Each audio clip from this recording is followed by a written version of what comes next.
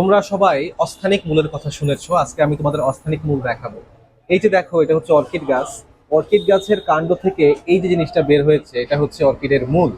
এবং এই মূলটাকে বলা হয় পরাশ্রয়ী মূল। পরাশ্রয়ী মূল সম্পর্কে দুইটা ইন্টারেস্টিং জিনিস আমরা জানতে পারি। একটা হচ্ছে, এটা এমন একটা মূল যেটা সৃষ্টি হয়েছে কাণ্ড থেকে। খেয়াল করো, এই হচ্ছে অর্কিডের কাণ্ড।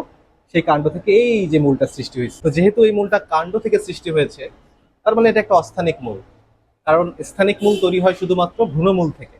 ভ্রূণমূল বাদে অন্য কোনো জায়গা থেকে সৃষ্টি হলে সেটাকে অস্থানিক মূল বলে।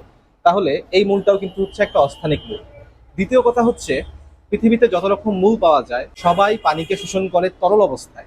কিন্তু এই মূল, এই পরাশ্রয়ী মূল পানিকে শোষণ করে বাষ্পীয় অবস্থায়। খুব ইন্টারেস্টিং একটা পয়েন্ট। অর্কিডের যে মূল আছে সেটা বাষ্পীয় অবস্থায় পানিকে শোষণ করে। আমরা জানি পানিকে শোষণ করাই মূলের কাজ, তবে সেই পানিকে কোন ফর্মে শোষণ করবে এটা কিন্তু ঠিক করে দেয়া নেই। এটারই সুবিধাটা নেয় হচ্ছে পরাশ্রয়ী মূল, এবং বাষ্পীয় অবস্থায় সে পানি